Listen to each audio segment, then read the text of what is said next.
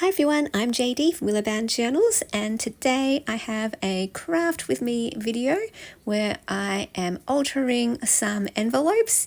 These are just plain envelopes that I got from the post office, and I want to decorate them with some vintage French documents for some vintage French journals. So at the moment, the last couple of weeks, I have been making all sorts of vintage and antique ephemera and embellishments, pockets, tags, altering all different types of bags and envelopes and that kind of thing.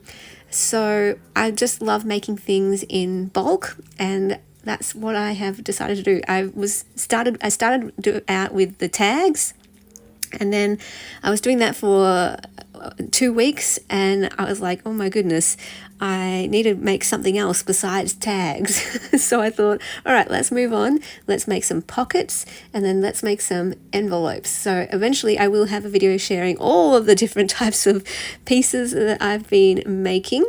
But I've gone through my stash of vintage French documents and just pulled out some of the ones that aren't suitable for journal pages, because these ones have the fold, the crease in the wrong place. They've gone on a diagonal. That's how they came to me in the mail.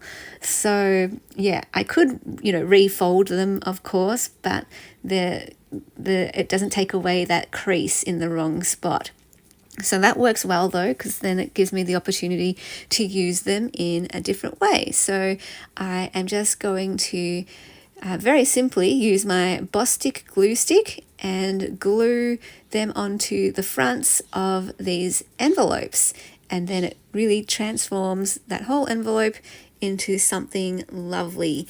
And then my plan is to attach the envelopes to my journal pages with a paper clip, and then it sort of becomes its own feature page then, because these envelopes are quite large. They cover up a lot of the page.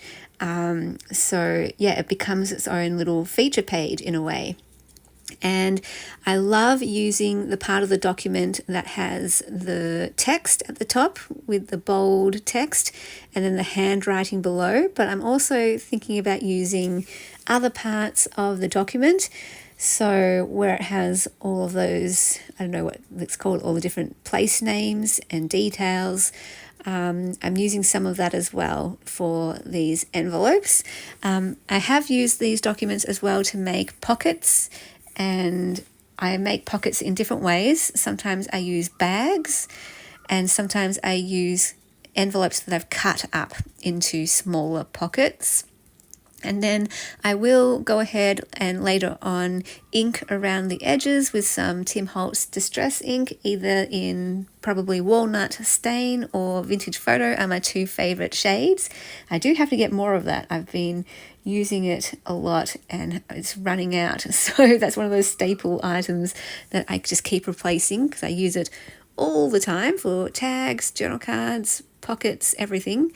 And then after I ink the edges, I don't go directly over it with a sewing machine just yet. No, hang on. Okay, I'm getting sidetracked. Getting distracted. For these ones, I will ink the edges, and then I will sew around 3 edges of the pocket, keeping, of course, the top opening not sewn, so that I can still slip something inside there. When it comes to the pockets though, those ones I don't sew after I distress the edges, because I want to sew that directly onto the journal page so that you get this double pocket effect. And of course you could sew it first and then glue it on after, but I prefer having it just sewing it all in one go. And that way you get to see the threads on the other side of the page, which in itself becomes its own little feature. I have done it before where I've sewn it first and then double sewed it, so sewed it onto the page, which you can definitely do, but it's a bit redundant and the stitches do look a bit messier. So yeah, I've learned that my favourite method is just to leave them unsewn until I sew them directly onto the page. But with these ones, yeah, I'm not going to sew them onto the page. You definitely could if you wanted, but for these ones, I just like to paper clip them in. Another way you could attach them to the journal page is to glue or remove the sticky flap so it sticks down onto the page. But I generally prefer my ephemera and embellishments to be able to be moved around in the journal so that people can have that freedom of choosing where they want things. And for me, like, I usually take out all the ephemera so I can use it to create other pieces in other journals to decorate my other journal pages rather than having a journal bulk up with so much stuff. So yeah, I love paper clipping pieces in. That way people can choose to take all the pieces out and use them in other ways or to move them around the journal. So that's what I will probably be doing with these envelopes, just paper clipping them in. Now I get lots of questions, what do I do with the other side of it? Do I decorate the other side? You definitely can if you want to. I don't tend to do that because I'm only ever going to be looking at the front. If it's for me and how I personally use it, I will only ever look at the front. And so the back also gives me an opportunity, though, if I wanted to decorate it however I want to decorate it. So that's my way of having two birds, one stone. The front is already pre-decorated, something that you won't touch generally, that you just leave as is. But then the back, that gives you your own canvas to create on. So that's your space to add a photo, add your own ephemera there, add your own decorative paper there, maybe add your own journaling space, or even just a place to journal directly on there. And I like having that combination of both. It's kind of why I don't have feature pages on every single page of my journals and why I don't have ephemera on every single page, because I want a balance of some pre-decorated pages, some pre-decorated elements that will just stand alone. But when it comes to my journals, I want to add my own creativity to them.